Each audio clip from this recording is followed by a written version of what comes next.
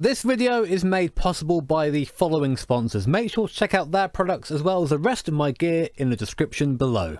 Hey guys, V12 enthusiast here, and welcome back to Automobilista for another video. As you probably guessed by the title of this video, I'm going to be driving the last ever V12 powered engine to win a race in Formula 1, the Ferrari 412 T2 as driven by Jean Alesi. You might be thinking, Jimmy, that Ferrari is purple. Yes it is, because we are using the Automobilista Formula V12, which is a very close approximation of a Ferrari 412 without actually being one, if you catch my drift. So if you've been around with the channel for a while, you probably know I've got a little bit of a man crush on Jean Alesi. In my mind, he's just one of those drivers that was perpetually in the wrong place at the wrong time, and I feel like if he had made better decisions regarding which team he went to, he'd probably have been a world champion. In reality though, he spent his best years struggling with unreliable Ferraris, and in the end only ever claimed one race victory. So today I'm going to be paying respect to that one performance where Jean Alesi came good and driving at Montreal, one of my favourite F1 circuits actually.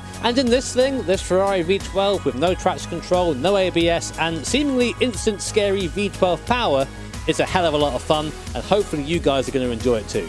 But anyway, let's go and drive the last ever V12 powered Ferrari to win in Formula 1. Turn up your speakers if you haven't done so already and prepare to enjoy the symphony of V12 goodness that's about to fill your ears. Away we go. Not a great start, lots of wheel spin. Lost a bit of ground off the start there, but managed just about to keep a couple of places. Didn't quite go to the back of the pack. Down to T1 for the first time. Nice and cautious. Cars are slow through here for the first time. I get biffed from behind by someone. Someone's impatient. Easy, easy. Everyone in front oversteering as they apply the power. The V12 behind us is pretty damn brutal on the throttle, so nice and easy on that loud pedal, unless you want to go round. Look, the downforce of modern cars, we can't quite keep it around the outside there. Can I dive to the inside? No, not quite, although there's a guy making a move on my right-hand side now. Fighting traction all the way through there. I can't help but be infused when I drive this thing. It's such a great experience. Down to the second chicane now. I have to take a weird line through there to avoid contact with the guy in front. Everyone's very messy on this first lap. Slow on the left. Go all the way around the outside now. I'm trying to break this guy into the hairpin. I just catch the dirty stuff on the right there. The front right locks up a little bit. We managed to avoid everyone though. And now stamp on the front well, the hairpin, just about anyway. No, getting wrecked by the AI. We'll jump back into the slipstream and pull to the left here. Getting dragged along now by the cars in front of us. Right to the top with the rev limiter. V12 singing along. Heavy on the brakes. Car on the inside.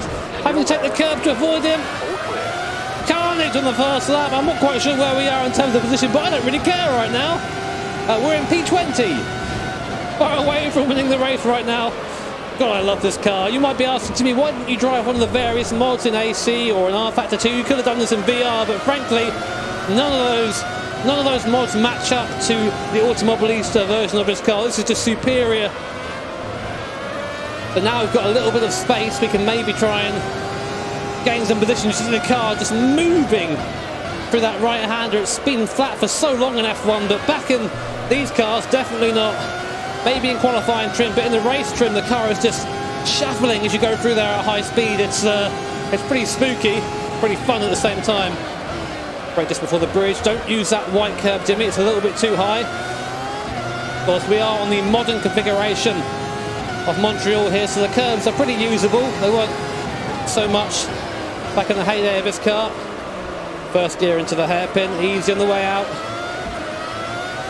Straight line it and try and carry as much speed as possible, get the downforce working and then turn. Pull them back a bit of the cars in front, but slipstream's going to bring us back into contention. There it is. We break about 125 metres there. I'm not sure if that's meters, but 125 pulled anyway.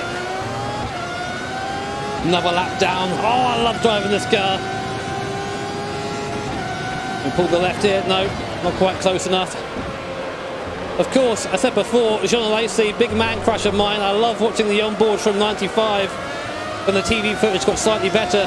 And just see him rattle this car around. It looks unwieldy at the best of times. And of course, that distinctive V12 scream as it goes down the straights. It's actually this car that got me into sim racing, and that isn't a dramatic statement. I used to watch videos of this back in 2009, 2010, people driving it in R-Factor mods and being like, wow, we don't have anything like that on console. And I was like, right, I've got to drive it too, and I made the leap. And here we are now, several years later, and I have a YouTube channel dedicated to sim racing, so that's how big an impact this car had on me. Let's see if we can make up some more places and do our dad John Lacey proud. Probably not. AI is set to only 95 to 96%, but they're really fast in open wheel cars. The sound of this thing! I know you're probably thinking, shut up, Jimmy, let me hear it. No. This is what it's all about. Oh, someone's lost something. Someone's lost a rear wing. That's going to be an interesting T1 for them. On your left. Cut in! Clear right. And then goes the AI to the inside. He's not happy at that move. Dives back in front of me. Oh, I'm having fun. It's going to be so easy on the throttle on the way out of corners. This thing's just waiting to bite you. Doesn't have the grip that you expect from F1 cars and nowadays, of course. In terms of lap time, they're about 10 seconds a lap slower, if not more. You wouldn't believe that when you drive it. It feels like you're driving a fucking rocket ship. But you know, down the straight, we're not hitting 200 miles per hour. We're slower through the corners. The tyres are slimmer. It all adds up. It all adds up. I want to try and get this guy in front now. He embarrassed me. Oh no, bad. Got another great story about the Montreal Grand Prix, of course. Jean Lacey won his only race on his 31st birthday. A nice time to win it. He actually ran out of fuel crossing the line because Ferrari V12 was thirsty and did a heckin' large drink. It's sort of the reason why this engine didn't continue. It was heavier, it was thirstier, wasn't quite as efficient as the V10s. On your left. All clear. Whole host of reasons, really. And the thing is, the V12 very nearly came back with Toyota. There was rumours of a V12 Toyota, I think in 2005, before the new regs came in, that pretty much banned it. You might have to correct me on the year, but I know it was around that period that Toyota were looking at a possible V12 entrant again. But unfortunately, it was outlawed by rules before it had a chance to come onto the circuit, which is very sad. I, for one, loved seeing different engines and different displacements, different solutions to the same problem, you know. Nowadays, it's all very controlled, and of course there is a reason for that, but the cars are actually close now, as opposed to this sort of period where cars would often be 2-3 seconds off the pace and be down in 10th position. But you do miss it a little bit. Oh, now I'm stuck behind this guy now. He's a bit slower. I say he's a lot slower. I think he's lost a front wing or something. Going to look to the inside here. AI really does like to squeeze you through there. About as late on the brakes as I can be. Just about get through there. Up to P18. I don't even care what pace I'm at. I'm just enjoying the experience. This is what racing should be about. Sim racing should be this. The noise! So great!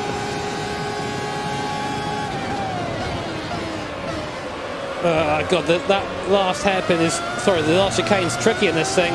Very stiff. So that lap time was a 1:23.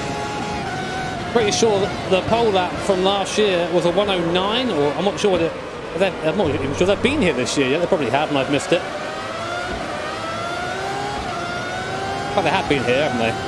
But still, you get the idea. Like how I went quiet there as my brain tried to figure out things that had happened. I smile through there because you can feel it in the full seatback. You can feel the tyres starting to slip. I was like, do I progress and do I go for the big dick energy downforce solution where I just pin it and hope for the best, or do I do what I just did just then and err on the side of caution? Not big dick energy, small dick energy. See the AI as well, even the AI who we know in all these G-Motor engine games tend to cheat a little bit. Even they're having trouble getting this thing around corners. I feel like you just skate out on the rear tyres and you just have to put it in a straight line as soon as you can and hope that you'll just be fine. That's pretty much the entirety of driving this car. The downshift noise is just... oh my. You know, the only car that I can really compare this to nowadays is probably the Porsche RSR GTE car. Another car that's just so distinctive in how it sounds and so recognisable.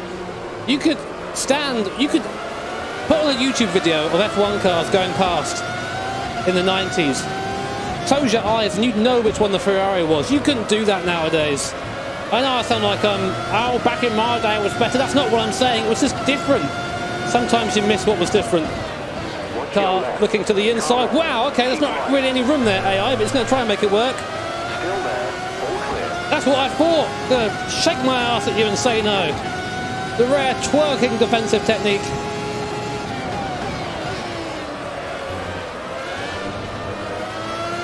I'm getting far too excited driving this thing. Just having a great time. Right, let's get this done now. I've got the inside line. He did outbrake me a bit, but I've got the tighter line. The shorter line, more importantly. He's slow on exit. Up to P17. Not even in the top 15. Doesn't matter though. A V12 will win this race, so I guess it is somewhat of a tribute to John Lacey in the Ferrari.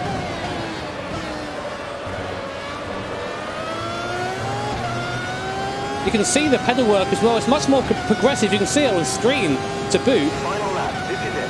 Final lap. I'm kind of sad to hear that, frankly, but you know, race has got to come to an end at some point. Let's see if we can gain one more place. Let's go enjoy driving this thing for a little bit longer. You know, I've got to a point with YouTube where you have to think, right, will this video do well? Will it get the views? Will it get the clicks? And I said to myself, I want to do something that fun today and something really that I'm going to enjoy just for the sake of doing it and really go back to how I started doing these videos where I just enjoyed driving something. And I'm really pleased I did. It has been a great experience driving this again, and it's a shame that Automobilista came along a little bit later. Had this game come out 2 years ago, or 2 years before its release date, it would have absolutely cleaned up. It really would have done. So last hairpin for the last time. We're going to have a slipstream down the straight if I can just get a good exit. Rear getting away from me, we'll see. 16,500 RPM in the slipstream. It's not going to be enough. Although the guy in front is on the curb. We might get him for the line. Come on, go, go. Come on. Oh, I think I got him. I think I got him. Yes, P16, nice. I've never been so happy to finish P16. Oh, that's so much fun. So much fun. Guys, I hope you enjoyed that. I know I was a bit screamy and a bit excitable in that, but frankly, I just really enjoyed myself. And if you have Automobilista, go and drive this and just go and enjoy it for what it is. It's a fantastic representation of course, the last V12 ever to win an F1 race and get to drive it around Montreal and get to wrestle it around with AI cars that really challenge you. It's a great experience. But anyway, guys, if you did enjoy the video, make sure to hit that like button. If you really enjoyed it, of course, hit subscribe to be notified of future videos, and make sure to hit the bell notification icon too. That way, whenever I go live or put up a new video, you'll be notified so you won't miss anything. Take care, guys. Have an awesome day. I'll see you all next time. All clear. Watch your left. Clear right. On your right. Clear. All clear. Clear right.